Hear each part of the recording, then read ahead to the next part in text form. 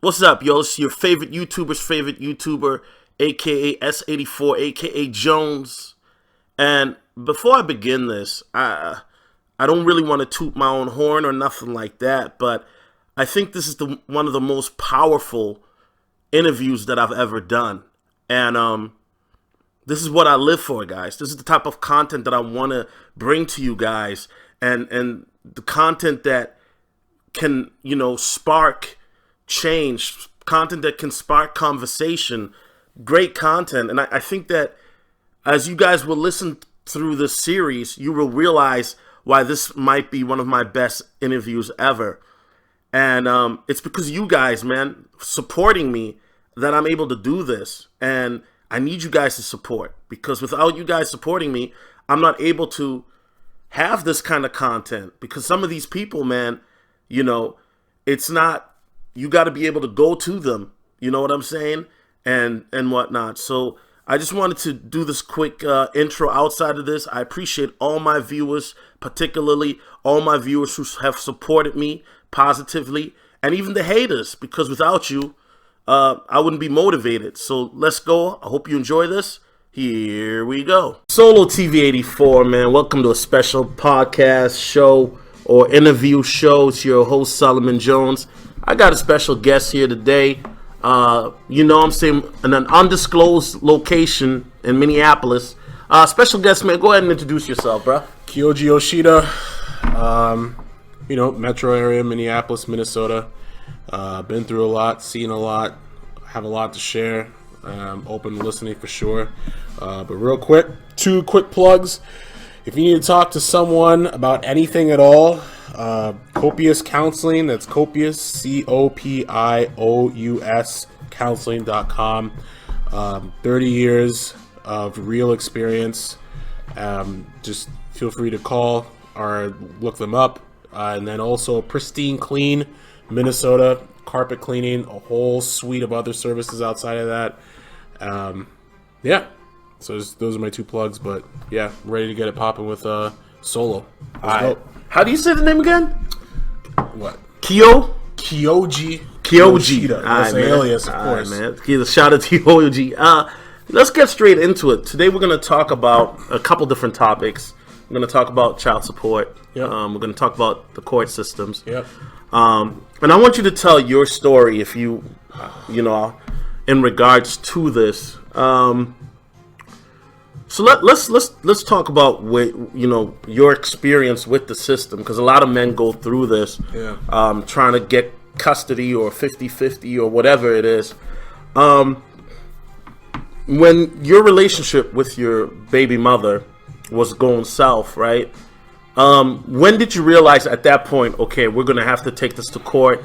And what steps did you took at that point? Did you lawyer up, or did you just whatever? You know what I mean? Yeah. So, I preface this with, any of the young guys out there, any of the young gentlemen out there, it's almost, being in the 21st century, it's almost to the point where if you're going to engage in any sort of congress with any woman where the possibility of a child may even come from this, you almost have to have a contract that you need to file as an actual legal order, because it can get quite messy if you don't have that. So, to kind of answer your question, there was really never a time that I felt like I needed. Well, I take that back. When things were at a point where we couldn't engage in any sort of bilateral communication or engage in any sort of healthy team dynamic, was the time that I essentially did lawyer up. And it's really sad. But so to kind of answer your question, I kind of lawyered up or started consulting when things were really bad. It's at the point where we were just fighting about menial things. Like, for example, my kid had issues with gas bubbles, and the school of thought that the kid's mom was on was an antonym to just modern medicine. She kind of viewed more things holistically. And but when you're getting to fights about that, just very small things, that's when I just started to kind of lawyer up a little bit. And just kind of consult and just kind of ask, just kind of scenario things and just different scenarios and such. And but I mean, you kind of asked earlier, just kind of walk you through it. But I mean, essentially, long story short, just got to kind of a boiling point after the aforementioned gas bubbles or just like the medication. I called the police. Well, let me ask you this before you get into that. Yeah. Obviously, before you get into that, I mean, if you want to preface this, before the relationship obviously turned sour, there were good times, right? Yeah. And obviously there must have been more than just those type of arguments that you would deem petty, right? Yeah. In your opinion, or when you look back at it now, you know, when you do your introspection on the relationship or the breakdown, where do you think, you know, I guess talk about the beginning, like how good it was at first, and then where do you think it started to go left? Do you think it went left once the baby came about, or she used that? Because now they talk about weaponizing their, you know, people weaponizing their children, right? Yeah. That's what women do. Yeah. But can you talk about the beginning of the relationship? Was the relationship? I mean, obviously the relationship wasn't always that bad, was it? Well, most relationships start off pretty well, where you're kind of in a honeymoon phase, exactly. And I think like most relationships, it started off well. However, when you're in a relationship with another human being, there is just certain proclivities that one may need to become accustomed with, or address, or adapt to, and it was an interesting moment where, kind of a couple months into it, we realized the point where, at least I realized the point, I can't really speak for her, where just certain behaviors, we kind of need to address that. Just even as simple as how we talk to one another, the kind of language that's used, and I kind of paraphrase Dr. Chapman in regards to the 5 languages of love, and kind of understanding that in regards to personal touch, words of affirmation, etc., etc. And me personally, I kind of wanted to kind of traverse through those items, because it's really important in my mind. There are 3 pillars to a successful relationship, and that's communication, and communications encapsulated in understanding and communicating and listening. There's finances, and there's also to a point, just sexual appeal. Those are 3 big pillars to that. Okay, not sexual chemistry, but chemistry, appeal. Okay, when I say that, I mean it's really all inclusive. It's like a big umbrella of Okay. everything, essentially. Okay. So, just kind of, I went into that trying to just kind of address the major differences. And at the time, I had some relatives that were kind of going through something similar, but however, they found the way to win. And my past was kind of, whenever there was a stumbling block, I kind of moved on to the next. But I challenged myself to address some of the inefficiencies or opportunities and turn those into strengths. But the biggest lesson I learned was that it only works if both people are on the same thought, same page, having that team dynamic. And so I think there are a lot of yellow flags or red flags, but at this day and age, who doesn't have that? Let's talk about that. Let's talk about, because, you know, you bring up red flags or yellow flags, right? And we all have those, men included. But when did you start to notice that there were some, besides those flags of communication, how you guys addressed each other? When do you think it went to a point? I mean, obviously you guys tolerated each other, or the relationship was good enough where you guys were together. So when did it start to fall apart? Was it after the baby came, or was it during the pregnancy, or when you have to like really look, you know, if you have to, I guess for lack of a better word, do a breaking point or a flash point where you have to, or a pinpoint, you know what I'm saying?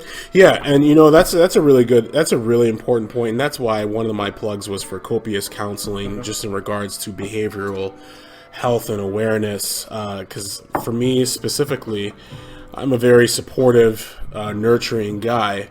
However, if that's not really reciprocated, then it kind of creates maybe some false thoughts or some hesitations.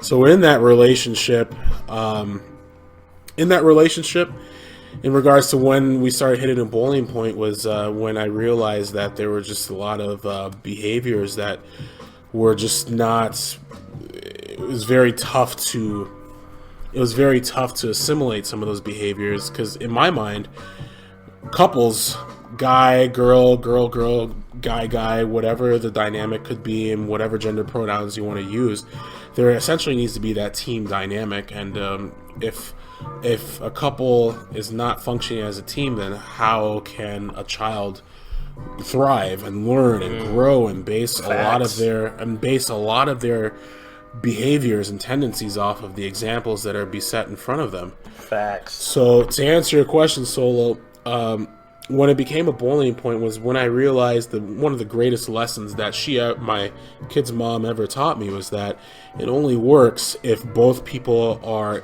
fully invested in the change and the paradigm shifts in order to exalt child's best interest. And however, with me, kind of recognizing some of the yellow flags or red flags, and keep in mind, virtually everybody has red flags or yellow flags, especially if two people are involved in this. However, with me, I have had some relatives that were going through the same dynamic at the same point. However, they found a way to win.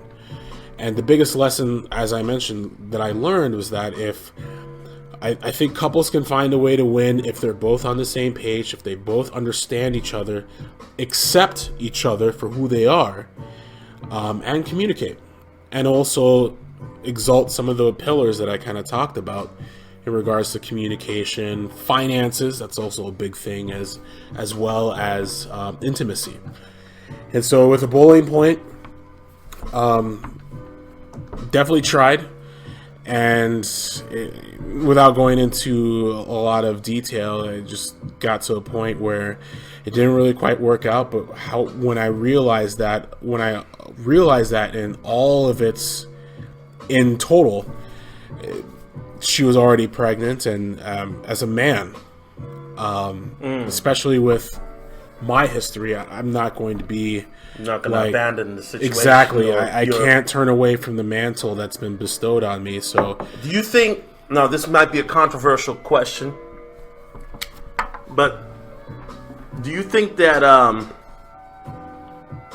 she may have gotten pregnant on purpose to keep you? Now, I know some people might roll their eyes, but there's the stereotype of to keep a nigga baby, right? Where a woman gets pregnant on purpose to keep a dude, or because women panic that, oh, well, he's drawing away from the relationship, or I'm losing him, so let me throw the Hail Marys, let me get him pregnant. Yeah, do you think that? No, I'm. That question is kind of way far too left. That's absolutely true. I mean, before I even go into my own scenario, I mean, let's look at how the lay of the land in regards to most of the 50 states out there. Women automatically have full custody to any child that's born to them. That's one. And with the child support and child custody system that's in place right now, it's totally slanted towards women. Where women, this is an epidemic that's been observed by a lot of different outlets and facets, where child support isn't even focused on what the woman makes, or even what collectively the woman and the man makes. It's only about what the man makes. Your case, not to cut you off, but the woman, she actually made more bread than you, didn't she? Yeah, at the time she did. Yeah, she made $20,000 more. And just to, because I'm not trying to put the brother on blast, but when he says 20,000, it's not like she was making 40 grand and he was making 20. No, she was making bread. You know what I mean? Oh yeah, she was definitely nearly 100K. I mean, she was 85, 90,000, so she was definitely very shy from that. And at that time, you were making 70K, which is very not even. I was at 55. Okay, I was at 55. I had a promotion. I was at 65. Okay. So before I go into my specific, right? Well, I don't want to get too deep into the money, but I just wanted to point out. That's the thing. Money is the most important thing, right? I mean, right. It's just and you just mentioned, and that's why I wanted to make the point.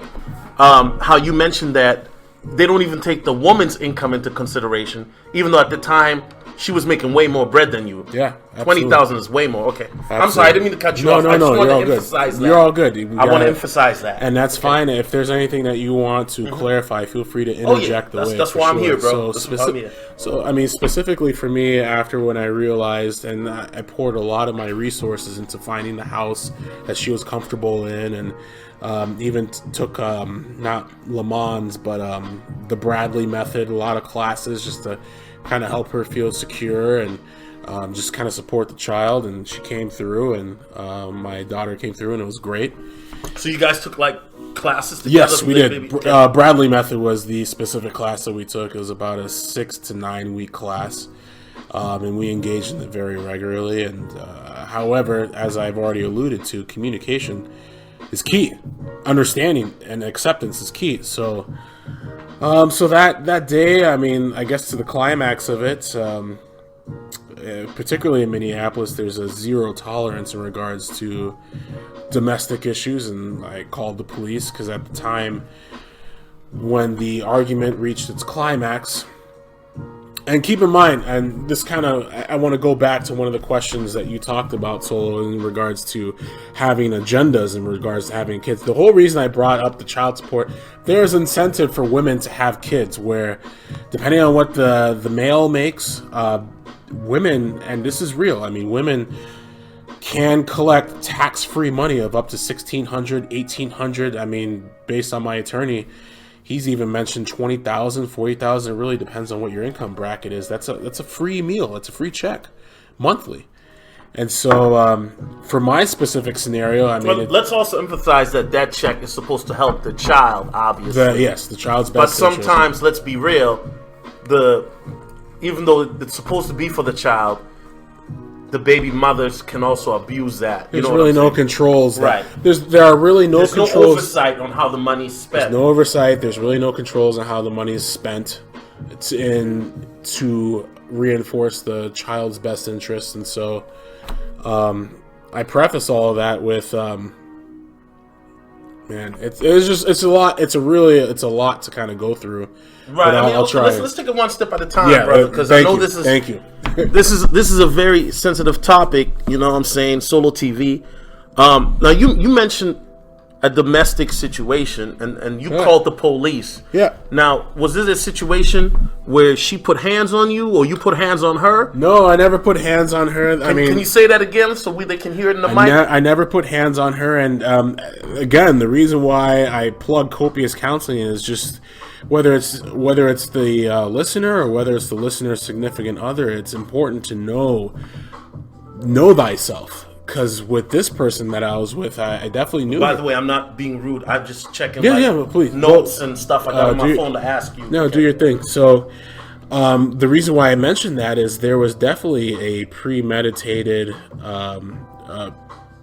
sort of a premeditated priority that was here, where I even asked the person that what would happen if he didn't have a kid at age 37 or 38, and her response is that I'll just find somebody to have a kid with, and that's it. So, and that was another flag that I kind of mentioned, but I didn't really pull the cord on that. But so with the domestic, again, zero tolerance areas where it's really it's a very unfortunate thing where in a zero tolerance environment that the male is always, not always, but oftentimes looked at as the aggressor. So with that said, and I believe Minnesota is a Duluth model state.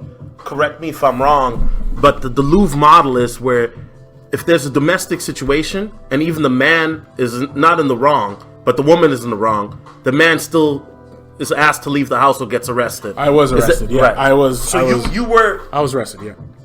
For lack of better word, you were a victim of this Duluth model, which I believe is a feminist, gynocentric type model to get the man out of the household, because you never touched a woman.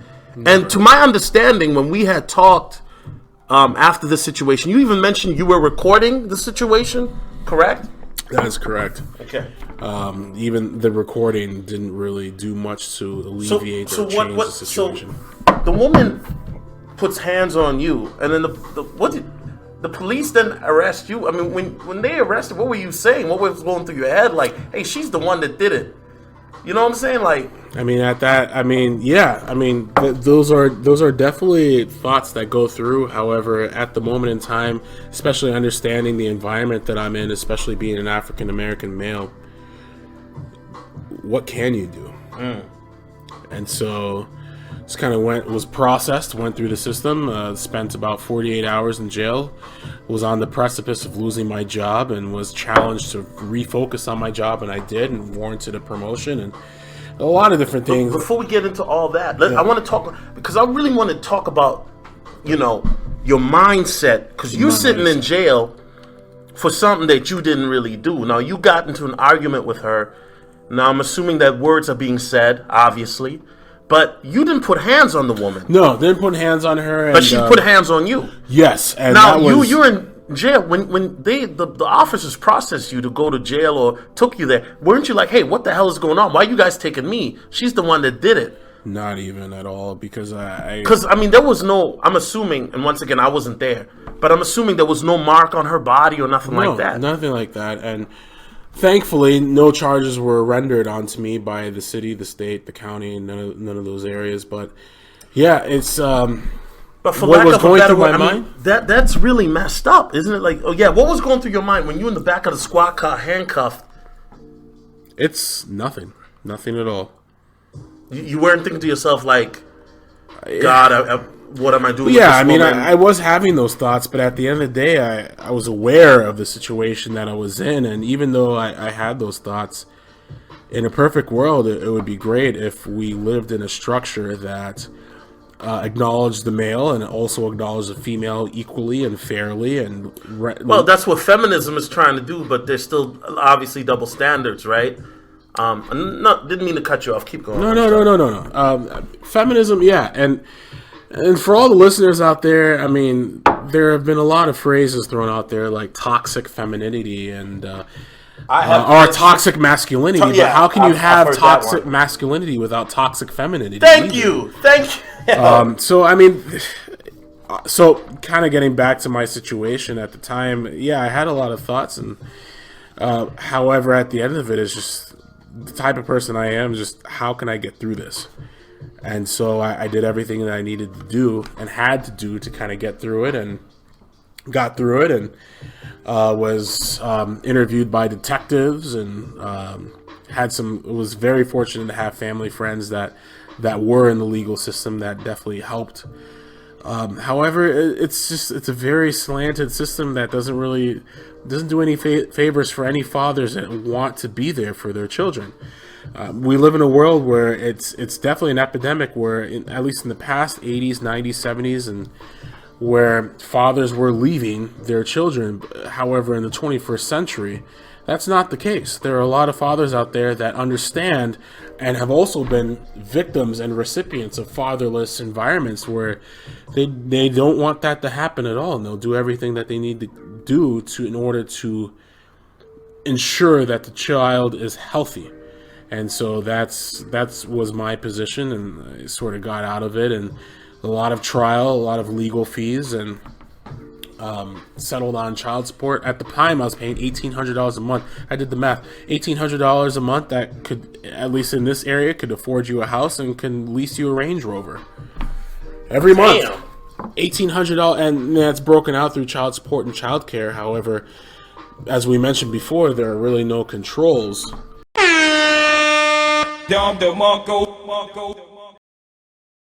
If you've gone through the trauma of dealing with child support or baby mama drama, check out www.copiuscounseling.com.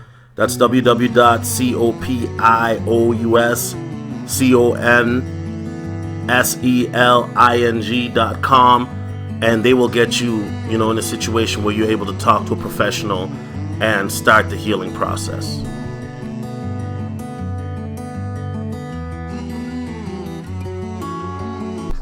Hold up. So, you telling me you're paying $1,800 a month in child support, while at that time you were making $55,000 a year? I mean, how did you support yourself?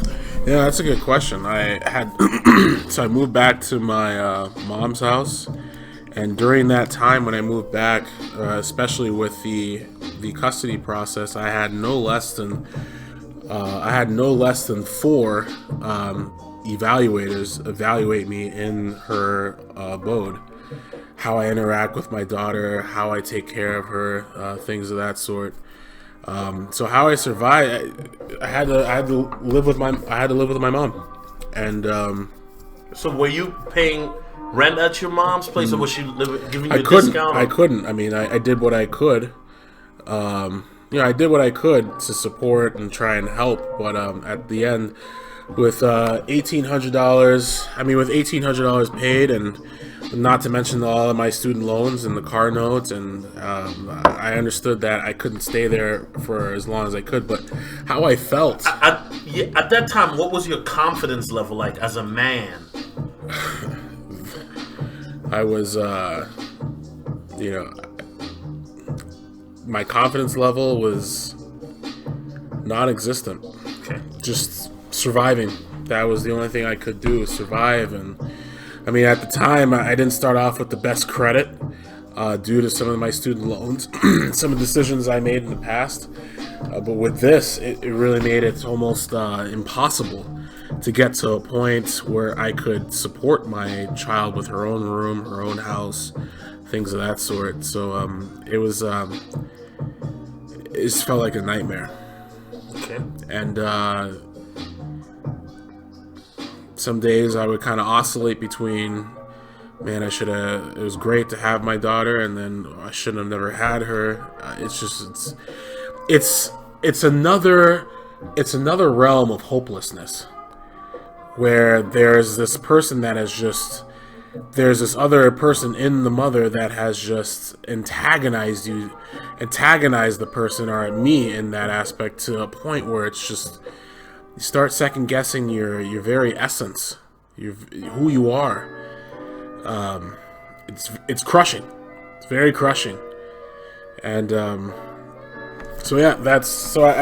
however, I'm the type of person that, it's especially how I was raised from immigrant parents. I couldn't quit, couldn't give up, and so when I mentioned earlier, when I was arrested and my employer wanted to eagerly fire me, I worked really hard and dug deep so that I can continue to pay child support and continue to see my daughter. Because if I didn't pay at that time, if I didn't pay child support, and if I didn't pay for the external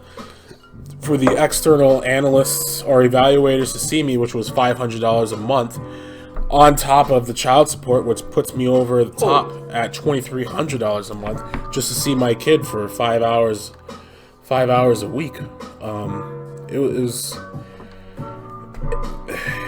It's How'd again, that feel? you just get numb to it. You really get numb to it. I've put myself in positions where I've already prepared for my daughter to hate me for the rest of her life, because I can't help what the mother says about me. It's just, you get to a point where for me, I was staring into the abyss. I blinked a lot of times, and I was consumed a lot of times. I'm just fortunate that I had enough chances, enough opportunities to look at the abyss again and prove myself, because that's really what that was like. Broken down as a man, broken down as a human being, submitting everything that I had, even though child support's measured on a pre-tax basis. It doesn't include, at least for Minnesota, it's roughly 32.5%, where you have Minnesota and state tax. So I don't see 40% of the money that I make, and then on average it's 20% that you have to give back. But in my case, it was 25-30%. And let's not mistake, before people say, whatever, this is a highly educated man. I mean, you almost on the verge of a master's degree at that time. I think I had my master's degree. I had my master's degree in business right? administration. I had my bachelor's degree as well. None of that matters. None of that matters. At the end of the day, it's... And I just want to emphasize, I'm not trying to embarrass you, but you had a master's degree making good money, working for a good company at the time, I mean, and you were living at your mama's house. So it's not like the stereotype that you were just some broke-ass nigga, and pardon my language, but let's keep it real. You were some broke-ass nigga from the hood, and you weren't trying to take care of business. You feel me? You were actually trying to do the right thing. Or, yes. You know what I mean? Yeah, and at the time when I graduated, the housing market was pretty bad, the credit crunch was pretty bad, so it was very tough to find employment where you didn't have you didn't make have a 4.5 going GPA. Through the recession. Yeah, so I went through therapy, and again, I'll keep plugging it as long as it's relevant. But let's talk about copious counseling. Go there. One thing I want to talk about is, because you mentioned to me, because I was kind of, if you remember some of the conversations we've had, obviously that weren't recorded, right? But your baby mama, or the mother of your child, let me be more respectful, I guess, was antagonizing you in different ways or trying to sabotage you in court and as well as personally. Can you talk about that, how she was trying to sabotage you in the courts? Yeah. And how she was lying on you and stuff like that? Yeah. Being an African American, dating a Caucasian woman, make no mistake, there is a whatever you want to call it, but there is there favoritism towards? It's not even favoritism. It's like starting a race where all the Caucasians have a 15-second head start. Do you think that? And I'm gonna take it there.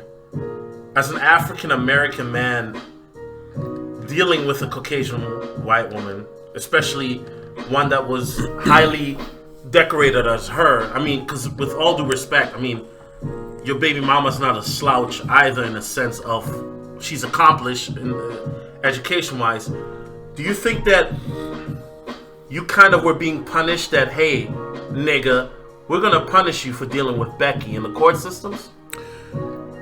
Yeah. At the end of the day, white people don't want to see each other or their peers go underneath.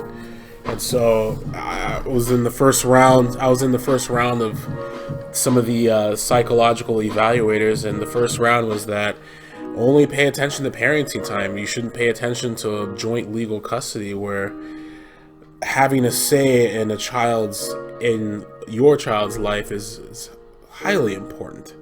And so in the second round, just bringing up some of the interviews and the commentary and the questionnaires, I was able to get it to a point where it was split 50-50.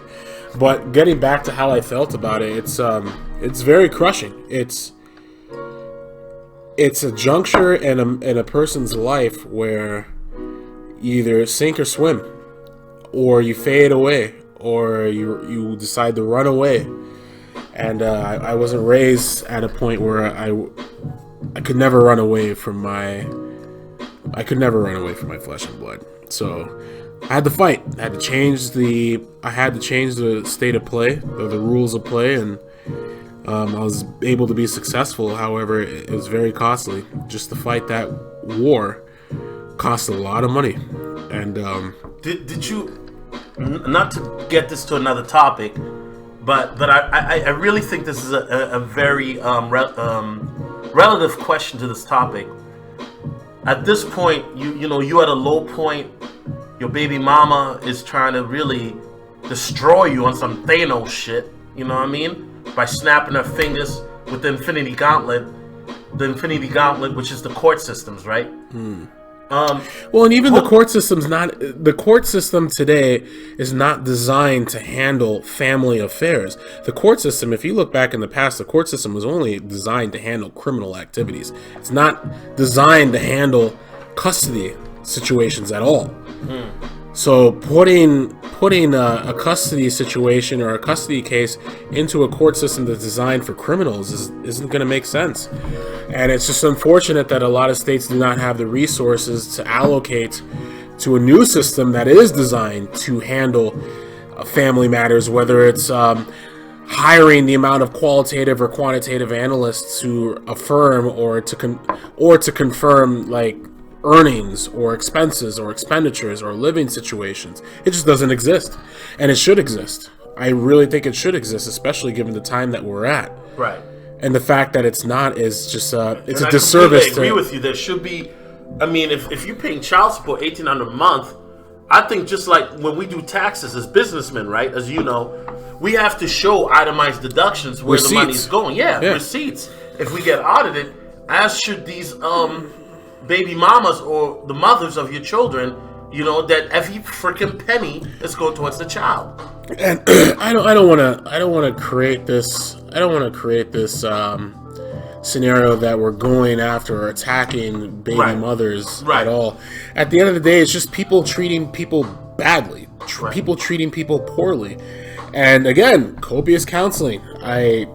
With some of the mothers out there, it's very important to understand what sort of emotional barriers and emotional constructs that are governing the actions that are taken. And it's just unfortunate that I understand that, you know, women think differently than men. However, I don't believe that it's healthy for a relationship or even the child when there are emotional decisions being made based off of the hurt that has been sustained. It's not about you anymore. And where the woman is weaponizing the child against the man. Yeah, it's about the best interest for the child. It's not about how you felt hurt, or even the trauma you want to inflict on the male. At that very point in time, it's about the child and what needs to be done to make sure that child lives a healthy lifestyle, period. Okay, my question to you is, you know, you're going through all of this now. You're living at your mom's house. You're becoming numb to the situation. Were you at the point where you became misogynistic in a sense where you're like, fuck women, I hate women now? Was that a point where you loathed women? No, I mean, I wouldn't even say misogynistic either. I mean, but there wasn't a point where you like, fuck these bitches. Excuse my language, but let's keep it real, because you kind of got set up or played in a sense, for lack of a better term, where you were with somebody that you thought was loyal to you, but they turned out to be completely, I mean, loony, I guess. Yeah, and that's on me. As I mentioned before, at a time I had some relatives that were going through the same situation. I made the decision to try and make things better. I made the decision to try and introduce different constructs and different thought patterns to make the situation better. That was me. That was my fault. So kind of circling back to the misogyny. I don't think it's an issue of misogyny. I don't think it's an issue of femininity at all. Let me ask you this, and I might get a little personal with you, brother. Yeah. But you know me. We've known each other for what, almost 20 years now. God damn. Yeah. Did you, at that point, were you attempting to date? Were you dating, or how was that like? No, I didn't want to date at all, at least for a year, because there's a lot of trauma and damage that took place at that time, and I made the decision to stay with the person, and that was on me. So I needed to I needed to canvas my environment, and I needed to understand where I was at now and where I wanted to be, and reevaluate some of my goals. And I couldn't do that while continuing to seek the comfort and intimacy of other women. I couldn't do that at all. Okay. If you've gone through the trauma of dealing with child support or baby mama drama, check out www.copiouscounseling.com. That's www.copiouscounseling.com, and they will get you, you know, in a situation where you're able to talk to a professional and start the healing process.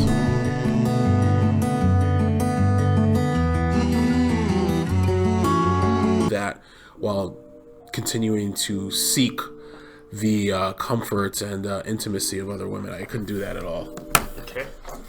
So I spent some time first trying to evaluate the situation that I was in, and at the end of the day, when you say evaluate, what does that mean? Like, were you mentally doing it? Did you have a pen and paper doing it? Were you thinking about this is what I should do, or done better? Or what do you mean by that? Evaluate my priorities, because at the end of the day, my number one priority was the safety and the well-being of my daughter. Amen. Amen. And there are a lot of things that I needed to learn. And fortunately for me, and there's a misconception that men don't know how to take care of their children, and that's entirely false. Especially in the age that we live in, if there are skills that men do not already have, there are resources like YouTube, there are resources like questionnaires, there are tutorials, there's Le Mans class, there's Bradley classes, there is a rich, robust plethora of resources to learn from. So for me, kind of going back, I needed to learn who my child was and what sort of techniques and approaches would benefit her. And so I spent a year and a half focused entirely on her first. And then the next year and a half the next half year I spent on myself. Who am I, essentially? Who am I as a person? Who was I that led myself to this? And who do I want to be in order to make the correct decisions to not only help my child, but also help myself? Because at the end of the day, living at her grandma's house in the basement, that's no place for a child to learn and grow. And I needed to strategize to get to a point where I could buy my own house, and I won't get into the details of it, but it's extremely tough knowing that a person has to spend $1,800 of after-tax money and trying to save up for a home and trying to save up for an ecosystem that benefits the child and also benefits the dynamic between father and child. It's very difficult, and it's not something that it's different for everybody. However, it's life-changing. It'll definitely change your life for sure. I mean, this is very deep, bro. In the sense of everything you're telling me. So how did you climb out of the abyss? You know, you talked about that you were facing the abyss. When I think of the abyss, I think about facing somebody like Thanos or Darkseid, you know. But how did you get out of that? I mean, right now, bro, we're in an undisclosed location. You got a beautiful house, bro. You know what I'm saying? I look at this house and I'm thinking to myself, nigga, we made it on some Drake shit, you know? But how did you, what motivated you besides wanting the safety of your daughter? Because you were in a dark place. So how did you what steps did you take besides obviously paying child support to now putting yourself in a position where now you're in a place where you have a house and your daughter now is provided for, and you're doing a lot better mentally, financially than you were doing, you know, obviously when you were at your mama's place and whatnot. Because I remember, bro, not to diss you because you're my boy, man, but I remember, bro, you couldn't even buy a drink. Like, let's keep it real. Yeah, I couldn't buy a drink, and I honestly couldn't have done it without my daughter. I couldn't. There have been many times that even randomly I would just be interacting with her, helping her build blocks, knocking them down, or she's just dancing. I would just break down in tears.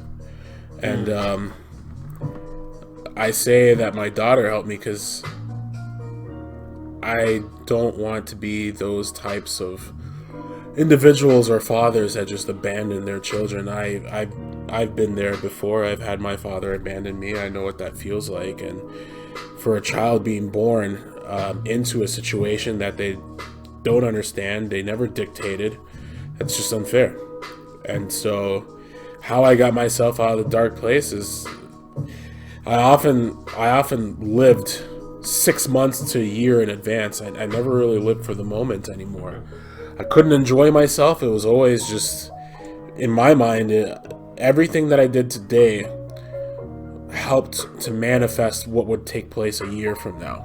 And I would often dream of scenarios where my daughter wakes up from her bed and she's eager for pancakes, and we're cooking and listening to music and having fun. She's telling me about her day, and she's smiling, she's laughing, she wants to tackle the challenges of the day, and I would harness that. And and try and apply that to everything that I did to make sure that she got everything that she needed and everything that she wanted. So it's just kind of circle back. I couldn't get out without my daughter, without seeing her, without knowing that everything that I did to get out of this would only help her. Because I've used the word epidemic, and I'll keep using it. It is an epidemic where there are children need both parents, not just one. Children need both parents, and they need both parents to be in a stable environment and in a stable mindset where they can provide the best example for their children. Period. And I knew I needed to work on myself so that I can help my daughter be better than me when she grows up. And that's what I'm continuing to do. So when you look around and you see the house and the car, and that was just not wanting to quit, not wanting to be beaten down by the things that I can't control. At the end of the day, every father out there that wants to be for their children, you have a light inside of you, you have a strength inside of you that cannot be surmounted. And it's just harnessing that. And you have one life to live, and one life only, and what you do with this life means something. And do not ever let anybody beat you down. And they can take your money, they can take your possessions, they can take your pride, but they cannot take who you are and who you want to be. So don't hold fast to that, and use that as energy, use that as motivation, use that as whatever you want to use that as. But that is the difference maker between the cowards you see running from their situations and the real men that are standing up and trying to make a difference amidst any sort of adversity, whether it's domestic or foreign, whether it be from the mother or whether it be from outside of the mother, or even if it's from your own daughter. As I mentioned before, and I'm perfectly prepared for my daughter to hate me for the rest of her life, because she only knows what she knows, and she doesn't know what she doesn't know. Right. However, I can't blame her for what she doesn't know. All I can do is continue to try and be a shining example of the man that's in her life. The only man that should be in her life for children, preteen, teenage, and hopefully get to a point where you can instill the values that she needs to have in order to be a better person, and for you to pass the mantle of protector from father to whomever she decides to be with at that time. This is a life that you have in your hands, and you can make or you can create that life. And what one does, everything that somebody does will make or break or destroy that life of your child. It's about displacing your mind from the personal hurt and doing what's required, doing what's necessary. It's tough. I could sit here and verbalize it like I'm reading from some sort of paper. It's something that a person needs to look inside themselves. They need to stare down the abyss, or they need to throw themselves away, or it's the ultimate sacrifice and rebuilding. It's tough to find the words to illustrate the cosmic reconstruction of who a person really is from what they were last week or last year to today. I know I've gotten off topic, but no, bro. Listen, man. That's that real talk, that motivation. You know what I mean? And I'm so glad you brought that up. I mean, this is really deep, man, and we could definitely talk about it all night. I got a few more minutes left, obviously, because of this. This is how deep it is. For the last 10 minutes or so, bro, I want to focus more on what advice would you give somebody who's like about to be in a custody battle or in the middle of one? Like because now that you have the experience, what advice would you give to a man who's about to deal with that or is in the middle of it? That's a pretty powerful question. I would say first things first is change the state of play. the environment is already slanted against the male, always. And I would also recommend know who your friends are, know who your family is, and get the support that you need. Simply get the support that you need, because without family and friends, even I've mentioned before, I couldn't have done this without Emmy, but realistically, I couldn't have done this without my friends, and I couldn't have done this without my family. So just leaning on the true friends and the true family that one has, and whether it's seeing a therapist from copious counseling or whomever that you prefer, when someone goes through a life-altering experience that strips all sort of motivation and drive from somebody, it's enough of a life-altering experience where one really needs to really reevaluate who they are and what they want to do, and also assume the responsibility that's been bestowed, because it's always a child, a daughter, a son, it's always a blessing, but getting yourself in the right mind state is chiefly important. It's from being in such a volatile situation where the directions can go anywhere: drug abuse, drinking, abandonment, anything can happen at that point. But it's very important to fortify just your mental capabilities, your mental tolerance, your mental toughness. It's very important for that, because at the end of the day, a lot of the guys that are in this or just starting this, one small misstep can mean ruination. From you not seeing your kid to paying $2,000 a month, and if you don't pay that, or if you decide to rebel against that, you lose your license, you lose your means to make money, and everything's gone. It's very bleak. It's bleak out there. However, if you know yourself and you know that you're a man and you're determined not to abandon your kids, whether that's happened to you before or whether you know of somebody that's happened, hold fast to that idea and fight for everything you got. Do you have any advice on the type of lawyer they should get, or laws or anything they should look into? Or? Yeah, I would say lawyers it's relative depending on the environment you're in, whether you have a female or a male judge, depending on if you're arrested or if you weren't arrested, or whether it's amicable or not. However, I would just say that I think the number one advice is stay malleable. Meaning, whatever situation, no matter how it may look or may feel, there's always opportunity in that.